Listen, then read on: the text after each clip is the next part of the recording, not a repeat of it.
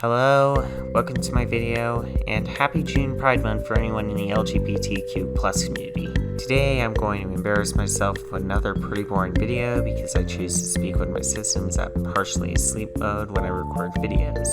And oh boy, did I fall in love with this game the moment I saw Fusion Z Gamer started playing it. Hi, I'm Tripled, and today we're going to be covering Eddie and the Misfits, again by Ramen for those that actually watched my past video. Wow, that's depressing. But then again, I'm starting out, and it's about an obscure game for even the internet. So before we begin, I think we should take a moment to learn about the history of the game, because it's super fascinating. Also, for those that probably don't give a shit, here's a time card. Okay, cup of coffee dangerously placed on my desk with a chance of falling near my legs or on my keyboard. Announced somewhere back in 2016 because Game Troll is too lazy to put specific dates, Eddie and the Misfits started out with this look. Then the second trailer, it changed up a bit with the animatronics giving off a somewhat destroyed look after one of them was kicked in the ass and fell on their face in the case of Mousetrap. Ooh, piece of candy. Oh, where's my eye? And along with that revamps to the overall gameplay, how do I know?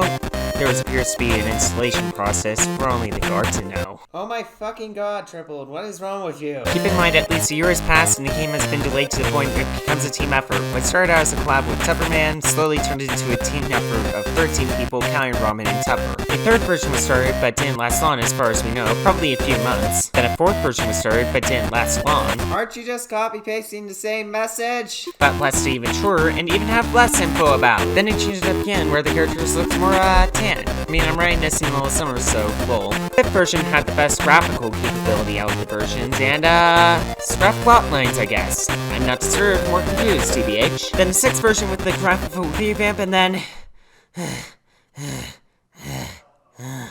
Oh god. Why did I do that to my voice box? Final and official version, being released on November 15th, 2019. Yeah, that's why I put a time card there. But still, interesting. Also keep in mind that this is only a portion of the scrap content according to Ramen, so sorry if I make any mistakes. Alright, time to actually talk about the game, and let's begin. So the game begins with... Oh, what the fuck? This looks like a AAA game. That's awesome! So, we just see this cat persona walk around the hallway. And holy shit, where is this building's janitor? Anyway, he goes to a cage, probably to check on MrBeast. Chandler, it literally smells like butt cakes over here. If you don't stop. I mean, come down. Chandler, stop farting. Is it those gushers? Dude, it's the fiery ones, man. Yeah. If you're going to go to jail, don't go to jail with Chandler. Chandler will just fart the entire time. And I'm above. Alright, so now on to gameplay. Hello? So this is interesting. Wonder... So you should be outside the office. Hold on. Hello? Hey. So you should be outside the office if you... So the phone guy of this game is really well active, but he's very quiet. So that's definitely a problem for those who talk over him. Let's Players in the wolf animatronic that talks to himself. Alright, so now inside.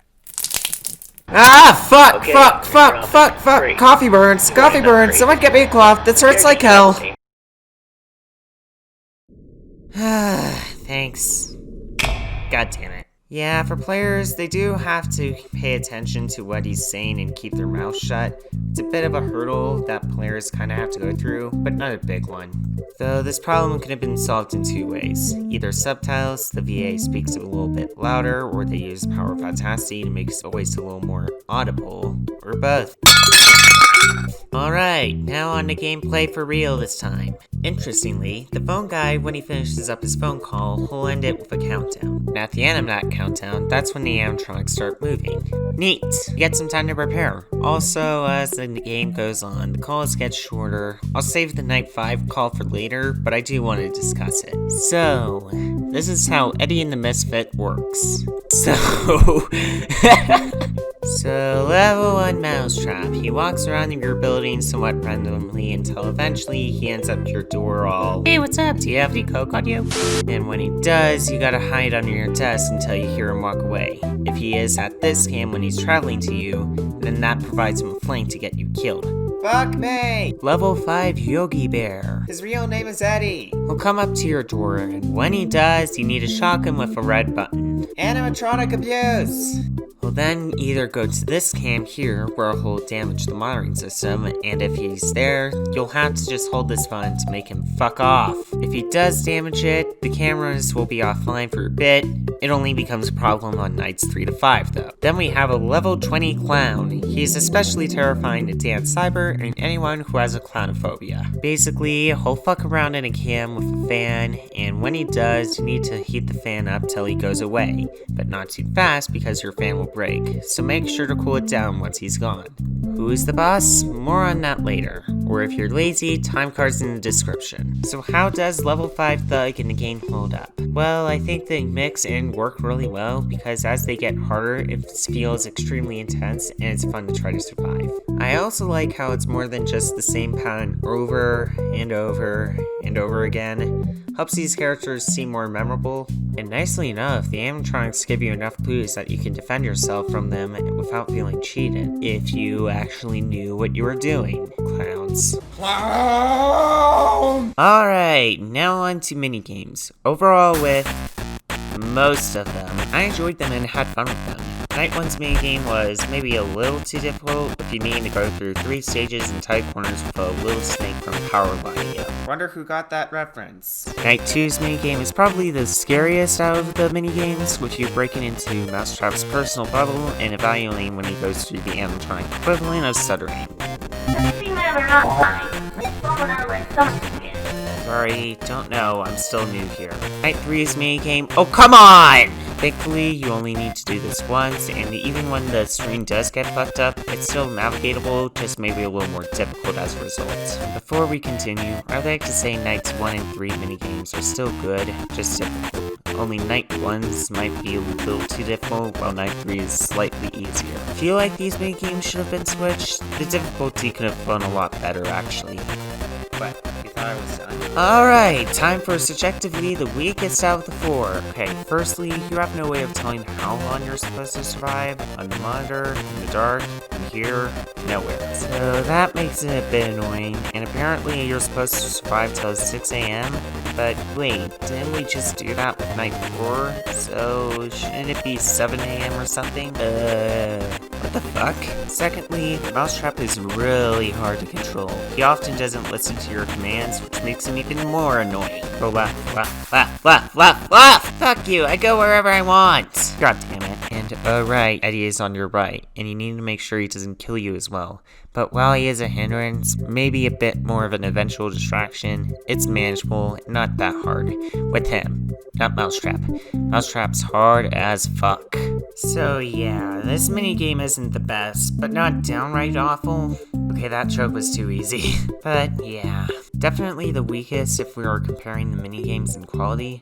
Though as a reviewer, I should recognize positives. The minigame is manageable, so not impossible. Second, the pixel art icon for Mousetrap is really well done. Third, the room you're in has a neat bit of foreshadowing with this poster. And that's all that I've noticed. 5 attempts later, and fucking finally! Before we continue, let's talk about our atmosphere and the designs of the characters. The game does a nice job at making you feel at ease, and I complained in my last review of how weekdays at Wilbur's had limited audio. Now on the atmosphere. The game is very quiet. This works in and against the game's favor. Yeah, fuck that. In the case of Eddie and the Misfits, it works expertly. It's quiet for a long time. Then you hear animatronics walking around, and the game even trolls and foreshadows its ending a bit, as there is points where it's sound, but the animatronics don't move. There's someone else here. Fuck yeah, that's top tier paranoia right there. As for designs of the characters, they're really well designed. You can recognize them easily, and they even have some neat details, like how in the help section it's revealed that Eddie's mask is melted off, somehow. And when you look at them, you get the idea that they haven't moved for a long time, and they seem to be active for a while at the same time. I don't know if that makes sense, but it's implied that they haven't been in touch till now by the time you've gone here. But if that was the case, you'd expect a lot of dust over them? I mean, you know what, whatever. It'll make a little bit more sense later. I'm just rambling. Now on to Night 5, the most interesting for several reasons. Firstly, the phone call. It's almost over. You're almost done. After the night's over, come to the basement for your payment. See you there. Yeah, no countdown. Second, after the night, you walk up to a specific area to get your pay. And oh yeah, the plot will be coming up later. Just wait, where you find, hey, I agreed to $20 an hour. This is below minimum wage.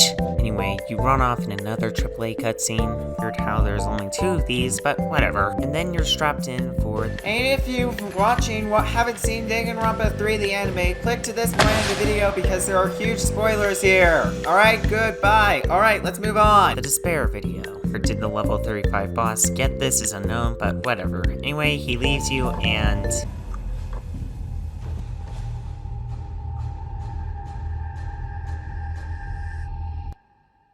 Welcome to the Misfits. so basically the twist is Phone Guy and this guy, Lucky Cat, are the same person. How do I know? Well, if you compare the voices and keep in mind the fact that there's only one VA for the game. And yeah, there's some other stuff in the computer that gives you extra hints, like how these Lucky Cat dolls are actually cameras, and the Phone Guy happens to know what happened very easily, as it's implied in the Night 2 phone call, and the fact that you follow exactly what Phone Guy says leading to you getting the check. Then again, there was a casting call for Lucky Cat, so it might be wrong, but then again, might be a diversion, as 1960s Psycho did a similar thing where they had a fake casting call for a character that never actually appears in the movie. Unless you count her dead fucking body. And the voice described is very similar to the actual one used. Oh, by the way, there's a whole bunch of extras for completionists and lore seekers, so for those that were paying attention, there's a computer section. It's basically a section containing extra info about stuff around the game. What I thought was a reference to Weekdays at Wilbur's until I realized the latter came out after, and implications around what kind of character Lucky Cat is. IMP. I haven't completed it completely, but it's worth to try to search these things out and learn more about Lucky Cat, especially since we know that it's going to take a while until the sequel prequel comes out for lore seeker and completionist perspective. Alright, now on to jump scares. They're well animated and the jump scare sound effect is a lot better than the Weekdays at Wilbur's one jump scare sound effect. What? You wanted me to say more? I have nothing to say.